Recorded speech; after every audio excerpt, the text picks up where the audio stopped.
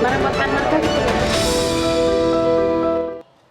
Ya, kita langsung lanjut berdialog dengan Pak Hendra dan Bu Iin. Pak Hendra, Bu Iin, pertanyaan saya menggantung tadi, apakah produk impor yang murah ini juga menjadi salah satu faktor yang mempengaruhi kenapa omset para pedagang di Tanah Abang tuh turun drastis sekali?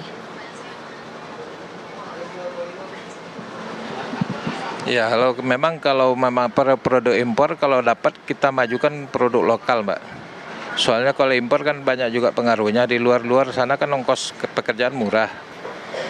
Nah, itu pendapat saya. Kalau Bu Iin? Ya menurut saya sih import itu emang ada bagusnya, cuman pengaruh ke pedagang yang online ini loh Bu. Contohnya dari Cina itu udah masuk ke online itu udah murah bangetin. Kita di Tanah Abang udah nggak bisa jual lagi. Karena faktor Sejak ada TikTok itu memang pengaruh besar banget. Tanah Abang, pasar tradisional, angkot-angkot juga itu pengaruh banget. Mereka semua pada ngeluh karena saking sepinya pasaran di Indonesia ini. Iya, kita paham Bu apa yang dialami ya oleh Bu Iin dan Pak Hendra. Ini mensiasati untuk penurunan omset yang saya begitu drastis doang, gimana semua, itu? Bu Iin? Seluruhnya. Halo? Bu Iin? Halo? Iya, mensiasatinya ini seperti apa Bu? Karena tadi penurunan omsetnya cukup drastis sekali loh itu. Untuk memenuhi kebutuhan sehari-hari itu gimana Bu? Iya, makanya kita juga bingung. Kita kan nih mau gimana, mau usaha apa juga kita bingung. Sekarang dulu tuh tahun 2015 saya baru mulai usaha itu. Barang-barang dari Thailand itu omsetnya lumayan bagus. Dan nggak ada saingan yang ketat kayak sekarang ini. Sekarang bener-bener itu udah anjloknya luar biasa. Oke, baik. Jadi ini sangat sulit sekali ya untuk memenuhi kebutuhan hidup sehari-hari ya Bu ya. Nah ini keluhan yang disampaikan oleh Pak Hendra, Bu Iin, ini tentu kan juga ingin mengetahui ya bagaimana respon dari Menteri Perdagangan Zulkifli Hasan berkaitan dengan kondisi dari Bu Iin, Pak Hendra dan juga teman-teman. Kita coba putarkan ya Bu ya wawancara kami bersama dengan Menteri Perdagangan Zulkifli Hasan berikut ini. Halo, kabar baik Pak Zulhas, bagaimana kabarnya? Alhamdulillah sehat, biasa kerja nggak bisa habis. Oke Pak, saya boleh izin duduk atau Bapak mau ke depan bersama saya? Gimana? Oke, ke depan aja ya Pak ya. Pak Zulhas, ini banyak banget nih para pedagang yang mengeluhkan mereka ini usai pandemi pembelinya sepi, kemudian ditambah adanya gempuran yang namanya social commerce, live streaming di TikTok. Pendapatnya Pak Zulhas terkait dengan keluhan para pedagang ini seperti apa? Ya saya juga biasa ketemu dengan teman-teman. Saya ini kan juga dulu background saya pedagang ya. Dulu saya markasnya di Glodok. Nah itu 10 tahun yang lalu. Teman-teman saya juga pada tutup tuh elektronik kan. Elektronik, pecah belah ya. Dulu kalau di saya tuh alat rumah tangga sama elektronik. Nah itu memang terjadi pergeseran cara orang belanja, orang berusaha ya. Dulu offline semuanya kan. Semuanya toko, Glodok, Tanah Abang, gitu, pasar rakyat. Nah sekarang harus ada kombinasi. Satu, offline tapi juga digital berkembang dengan pesat. Jadi dua-dua itu harus dikuasai. Nah saya Kemendak sekarang kita melatih pasar-pasar rakyat, pasar-pasar tradisional. Selain orang datang belanja, juga kita ajari untuk jualan melalui online.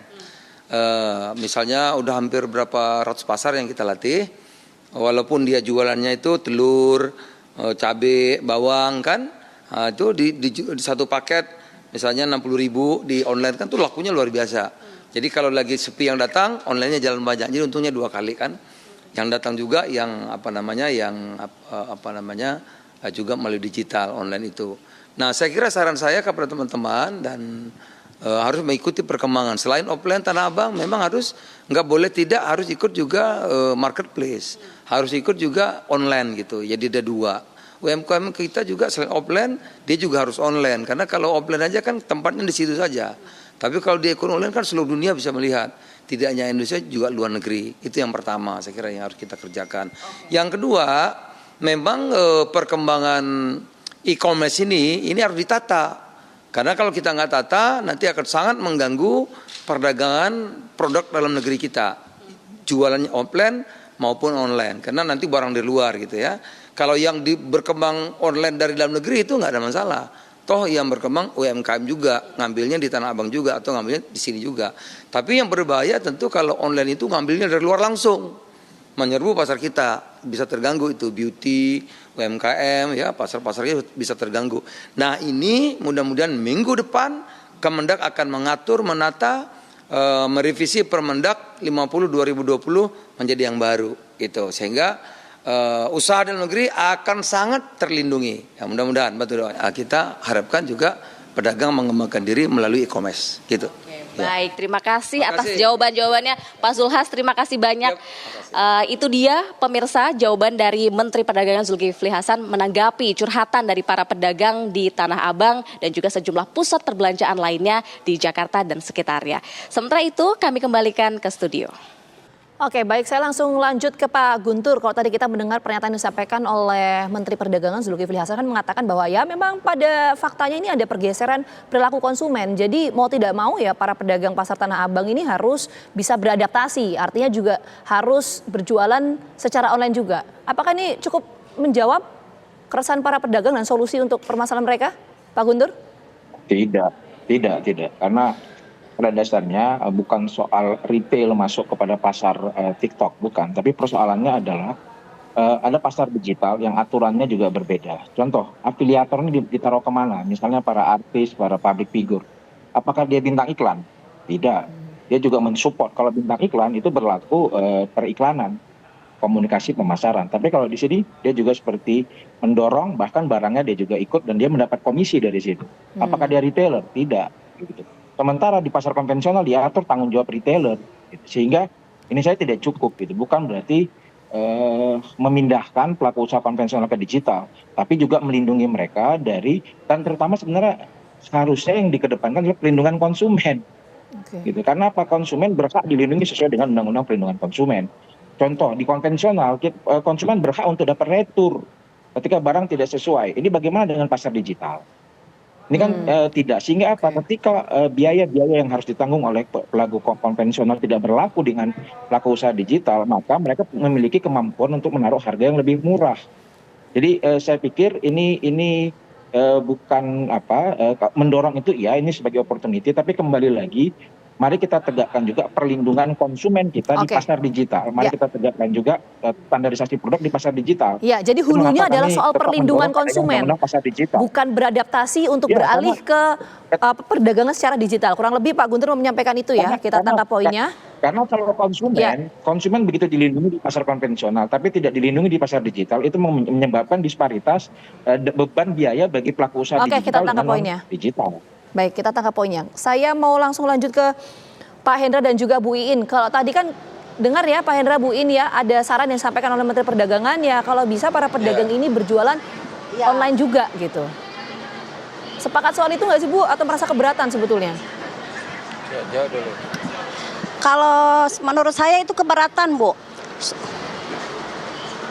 Soalnya di Tanah Abang kan kita sewa tokonya mahal.